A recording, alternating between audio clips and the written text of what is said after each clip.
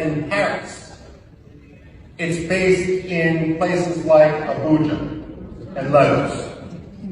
The fact of the matter is, and for that matter, Yaoundé as well, the fact of the matter is that we are witnessing a second wave of decolonization in Africa right now. Biafra, Amazonia, Somaliland are at the front line of a struggle for freedom, religious freedom, as well as simply personal, economic freedom, political freedom. The fact of the matter is, though, when we talk about that front line of colonialism, Biafra, Amazonia, Somaliland, we're also talking about a response to genocide. The fact of the matter is, when we look at the modern history of Biafra and we see some of the key figures represented on this podium, and it's so appropriate that we're sitting here in a room dedicated to Veterans Affairs, to honor the veterans of the Biafra struggle. The fact of the matter is that they did not start the struggle for Biafran rights. Nigeria did. Nigeria has agency. They have decision-making. No one forced Nigeria to undertake the pogroms of 1966. That was a decision that was made in Lagos. And what we have seen, the struggle for freedom in Biafra, is a natural response to the repression, which is now more than 60 years old inside Nigeria, and especially with regard to Biafra. Now, we can talk about genocide, and unfortunately, what has occurred in Biafra in the late 1960s and so forth, isn't the only case of genocide that the 20th century has seen. But what makes the history and the recognition of the Biafran genocide so important is this. When the Jews... There is one thing that I want you to note today. You can write today's date down. You can write it down. You see Biafra. Biafra must come. You can write today's date down and quote me anywhere. Omenizu, omenonwa. If it doesn't happen now, it will happen soon. But one thing I want you to know and have at the back of your mind is that Biafra must come. Even if the whole world let them, dislike us, it doesn't matter. Even if Britain wants, let them do their worst. It doesn't matter. Even if they let them keep calling America not to come or intervene in anything happening in Nigeria. It doesn't matter. What matters is this, that Biafra must come. You can write today's date down, as I said. Well, I'm going to allow you to listen where it is being also discussed in Pan-Africa. Yes, Dr. Masanga also talked about it. And of course, he has filed so many cases about Biafra, both in Africa and in Europe. Listen to him. Then you note this thing that I told you down, that Biafra must come. Omenizu, omenonwa. Please listen to him. Nigeria was put together forcefully. Nigeria's behavior does not match the North, does not match the South. The West does not match the East. Let them go. They cannot hold it together. And Africans fear to talk about this. Our colonial boundaries are the ones bringing us the insecurity we see today. Christians being murdered on a daily basis. Moderate Muslims being killed. So what country is this, Peter? I just indeed, I don't have anything positive to say. Have you seen anything positive? You go with Nigerians to Dubai, they have a special line where they say you stand there and you other Africans, you go this way quickly. So what type of... You want me to say Nigeria has got what? There's nothing there. Let it go. Let it go. Let Africans stand up and speak like other people have spoken. Like Obasanjo is speaking, saying We cannot hold it. And today we are having a very big update. I know Basataruma and Nnamdi Kanu. One man we video post yesterday where one line working Ekpa's photocopy said that Dr. Masanga and some other personnel are making move to Hagesiwe, got to the ICC and to other international bodies where they are going to go and table this injustice that was passed on Nnamdi Kanu. They are making heavy moves on that. So this morning, this particular video, not for now, but video interview by Dr. Masanga regarding this same matter of Nnamdi Kanu and the Nigerian government and the Biafran people. They said a whole lot of things, not just about Nigerian government. He talked about other African countries. So you need to watch this particular video from beginning to the end. People that Nifa name brought on Nigeria or between Nigeria and Biafra, it is happening in other countries where he was asked question about in this particular video interview that was done today. So, but before I play this video to the end, can go tell me the updates from Dr. Masanga he posted in the Pan-African World Media page on Twitter this morning. The update says, public interest case of Nnamdi Kanu, British national sentenced to life imprisonment in Nigeria. This morning, my team visited the Old Bailey in London to seek and explore the possibility of a judicial review concerning the appeal in the matter of R. Kingsley Kanu versus Secretary State for Foreign, Commonwealth and Development Affairs 2023 EWCA CIV 796, which has already been appealed. We have established that as a public interested party, we are entitled to seek a judicial review and request that the courts issue a subpoena to the new Secretary of State of the United Kingdom to provide further clarification and information regarding this matter. Accordingly, within 24 hours, we shall file our document in High Court of Justice, Queen's Bench Division Administrative Court. Thank you in advance. Signed, Dr. David Nyekorach Masanga, Pan-African Forum Limited and Associates. So that's the email and the website. So if I will update you post today and info of Basataro Nnamdi Kanu's case, this whole thing that has happened around Nnamdi Kanu's case in court. So this particular video now get played again. Do not skip any part of it, because if you do, you may not get the real discussion that is ongoing in this particular video. Just want to know that spare your time and watch this video from beginning to the end. A whole lot was actually discussed in this video. Thanks to Dr. Masanga for all he's doing for Ndibu and for Biafrans and for Nnamdi Kanu. We salute him, we appreciate his efforts. So watch out the video, share your thoughts and your opinions on the comment section. Ikabaro, to start this video, Kandozo wisurai wifia. Unumano raibu aifu. Ayewotasi unubiakwa furubiano noru unkaina funa dano na the social media space. And this update is one of it. So share your thoughts on the comment section and see you guys. Turn our focus now to West Africa. The region continues to grapple with a complex mix of political transitions, security threats, democratic tests, and human rights concerns. And our regular commentator who's watching events in the region, as always, is political scientist and conflict resolution analyst Dr. David Masanga. So good to talk to you. So good to have you on the program. Welcome. Good morning, Peter. Good morning, Africa. And good morning, the entire world listening and watching us. Fantastic to hear your voice. So, Dr. Masanga, let's start in Guinea-Bissau. Leading presidential challenger Fernando Diaz has declared victory before official results have been announced. What does this tell us about the political climate in the country, and how concerned should we be about possible instability? First of all, I want to state categorically that Africa has not reached a stage where one man, one vote is worth it.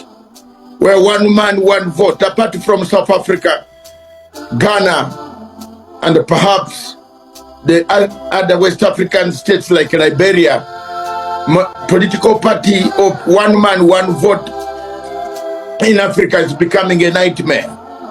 There is nowhere in Africa where you have found the voting goes smoothly, except South Africa, where you have seen physically myself, where people vote and they go back home. So this one declaration is because of failure of institutions. It's failure of institutions in Africa to conduct elections, to conduct free and fair, transparent elections. is what is going to cause tension across all countries where elections are being conducted. And we expect another problem, a tension. Maybe even it reaches to a point where the army has to step in, because you know Guinea-Bissau is a very, very slippery place when it comes to military coups since the assassination of Amir Cabral. So a story to watch for sure in the coming days.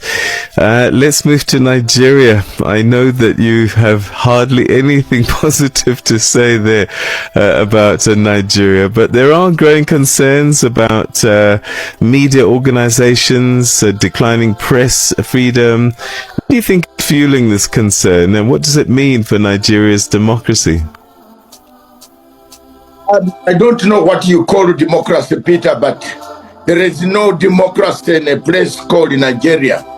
In political science, we call this type of state is a country without a country, a state without a state. That means all institutions in Nigeria have collapsed. They have gone kaput. There is nothing that you can say. Which type of country is this where you think the media can be respected when human rights are not respected, when children, younger girls are being abducted, boys are being abducted? They come in a classroom and you have left your child in a class. You don't find your child. All over the whole place, human rights in Southeast. This country should go to its places. This country is Yugoslavia of Africa, of Europe. This country Yugoslavia caused us all these type of problems in Europe until it was separated and removed from each other. Europe is stable. Countries have developed out of Yugoslavia. Nigeria was put together forcefully. Nigeria's behavior does not match the North, does not match the South. The West does not match the East. Let them go. They cannot hold it together. And Africans fear to talk about this. Our colonial boundaries are the ones bringing us the insecurity we see today. Christians being murdered on a daily basis. Moderate Muslims being killed. So what country is this, Peter? I just indeed, I don't have anything positive to say. Have you seen anything positive? You go with Nigerians to Dubai, they have a special line where they say you stand there and you other Africans, you go this way quickly. So what type of, you want me to say Nigeria has got what? There's nothing there. Let it go. Let it go. Let Africans stand up and speak like other people have spoken, like Obasanjo is speaking, saying we cannot hold it anymore. This state, the state is collapsed, is a pariah state. Thank you. So let's go to Ghana now. The country's parliament is progressing towards something called the Lifestyle Audit Act, which could scrutinize the wealth and spending of public officials. How significant is this in the fight against corruption in West Africa? And I wonder, will there be any officials left in parliament after lifestyle audits? Peter, what kills Africa? And you and I, we have been in this field looking for this, talking about corruption. You see, the corruption is the biggest problem that Africa faces. Corruption is the biggest obstacle, challenge that Africa has. Everywhere, across the board, in all African countries, we would have done very well if we killed this monster called corruption. You see, in Singapore, the prime minister there put people on a firing squad. In Ghana, and they killed, even imprisoned his own brother for life. In Ghana, Rawlings put all the corrupt politicians on firing squad. You remember during Rawlings, you and I you were younger journalists. Some of us were already doing so many things. You remember Rawlings put people on a firing squad in Ghana to remove corruption. Ghana picked up. Later on, a man of the army changed Ghana's economy. Now, if you say you are going to do lifestyle audit, everybody will run and hide in Atlantic Ocean, down under the water. Then when things are done, they will come back. So I am telling you, Peter, life audit, who will be left? That's the good question here. But President Mahama, my good brother, friend, a very good person, he listens to people. And he's doing this life audit to make sure that he gets rid of some of the expenditure, some of the corruption, that of the kickbacks that come as awarding contracts. So that is a correct move, but who will remain in the parliament? I think the parliament will remain empty. And then in the Gambia, authorities say that they're temporarily hosting Cameroon opposition leader Issa Bakary on humanitarian grounds. What do you make of this, and what's the broader political significance of this move? This also touches, Peter, with the first question of Guinea-Bissau. Every opposition political leader across Africa is running away because we have not reached a stage where we can accept that the winner has gone. Let's congratulate him, stay in the country, rearrange and see your party. So for me, I've told you as an African, a man who has experienced all these military coups, removal of Idi Amin ourselves, we fought him. I have been there from 1978. I've been in all these activities. I can see the difficulties of Africa. Unless Africa changes its mode, everybody. In Cameroon, for example, Mr. Paul Biya does not want to leave power. The Americans even call him and congratulate him. Yes, France calls him and congratulates him. Yet, Mr. Paul Biya is killing over, he has killed over this place 600,000 people, killed 3,000, another 3,000, including my clients, are in jail. But they run to countries that have tried to bring some semblance of unity, like Tanzania. They are being harassed. Yet in southern Cameroon, there are people who cannot even eat, who have not eaten for the last 9 years. They are in the bushes. The children have never gone to school. So having asylum temporarily, that is another one. We are going to end up having very many asylum. I'm gonna rush us because there's one thing I really do want you to address. There's a letter purportedly written by you to the IC International Criminal Court. Did you write this letter, and are you concerned about NGOs funding violence in Africa? Yes, I wrote this letter. I did not write a letter. I notified the office of the chief prosecutor on the situation of Tanzania because I knew, I have been there, Peter, you know it. I am the only man south of Sahara that can conquer, that can speak my mind on the question as a legal mind of international law. I want to make it clear that I have been following the pattern of NGOs, foreign-funded NGOs, including one called AfriForm, which is in your country, that has brought chaos, that brings these wars across the region. Vanguard Africa, of Open Society Foundation of George Soros. I have not kept quiet to name them. Me and George Soros, you don't put us in the same house and you find us alive. I don't like them. These are NGOs that fund chaos in the whole of Africa. Look at Tanzania. Look at Mozambique. Look at Kenya. Look at Uganda. Look at all the places where has been turmoil. These organizations are at the forefront, calling upon the younger people to be taken, go to the streets. Article 25 of 25C, 25D of the Roma Statute says criminal responsibility for those funding, assisting, equipping and we're gonna have to- logistically arming. Yeah, we're going to encouraging have to people leave it go. there, Dr. Matsanga. So, But I think we're going to have ICC another conversation on this, specifically on this issue, so that we have more time on it. So let's leave it there for the time being. I think we've whet the appetites of many listeners, and let's do a conversation, a proper one on this. But thanks so much for joining us today. Thank you very much, Peter, and I thank you. Keep it going. I stand firmly behind anybody who wants to dismember Tanzania. I will fight, stand firm. The spirit of Nyerere lives in me. Thank you so much, Dr. Matsanga.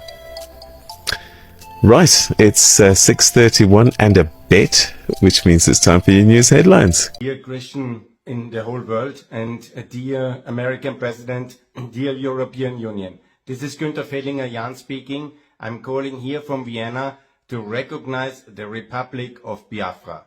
Biafra in ex-Nigeria, Nigeria, to my regret, and this is a non-working state, and they have committed genocide in 1967 to 1970 against the Christians of Biafra and the people of Biafra, and now they are all well, since the last 15 years, living in a terrible conditions. They are often led for some jihadists to kill them, and there is atrocities about atrocities. And it's much better for the people of Nigeria if Biafra becomes their own state, and they can sort out then inside Nigeria the other issues, or maybe there will be other regions which are better off in this non-working state of Nigeria. So ex-Nigeria must start with Biafra, and the international community, contrary to the 1960s and 70s, must support the independence of Biafra Republic. In the 1967-90, that tragic years, the West was at its weakest. There was the Vietnam War, and tragically Nixon, who was positive for the people of Biafra, but he did very little, and I want to apologize for his failures. And I want to especially criticize and also apologize for the imperial UK and French governments who were actually supporting, due to all interests, Nigerian centralists' crackdown on the poor people of Biafra. And we, as Christians, as Europeans, should absolutely stand with Biafra and support them. And that's why I call on President Trump and on the European leaders, Ursula von der Leyen, please, I beg you, I pray, recognize the Republic of Biafra. It's no need for military intervention or these things. Just do the political steps of recognition of these poor people to have their own state, to live in security, and of course then recognition goes with the ability to be recognized and also to defend yourself. It's much better than having a military intervention in Nigeria, having the Biafra Republic equipped and armed to be able to defend herself against the potential invasion from the Nigerian centralist forces of that failed state. And so here the defense comes with the recognition, and that's exactly how we should do. Biafra Republic, please, my friends, I beg you, recognize it and build a strong, viable state, part of the free world. And that's what I call the Fellinger doctrine and also the Fellinger economics. Build a decent state, part of the free world, no BRICS, but OECD, no kind of alignment with genocidal Russia, but alignment with America, with the European Union, with the free world. And we will have a free trade agreement, open economics, of course the flat tax, I like very much, and the currency, which Nigeria never did, to join the Euro-Pact area. This is the best policy for West Africa, and Biafra will be a proud member of the Euro-Pact area, and this will be delivering much more prosperity in the future, and we will trade and we will work together in the global partnership of NATO, and this is my call for Biafra Republic to be independent and to be part of the free world, alongside Fellinger doctrine and Fellinger economics. And I thank you very much for your attention. Please, President Trump, please, Ursula von der Leyen, be on the side of the light, of the good people of Biafra, of the Christians of Africa, and allow them their own state to live in security and peace and prosperity. Thanks a lot from Vienna. This is Günther Fellinger-Jahn speaking. All the best. Bye.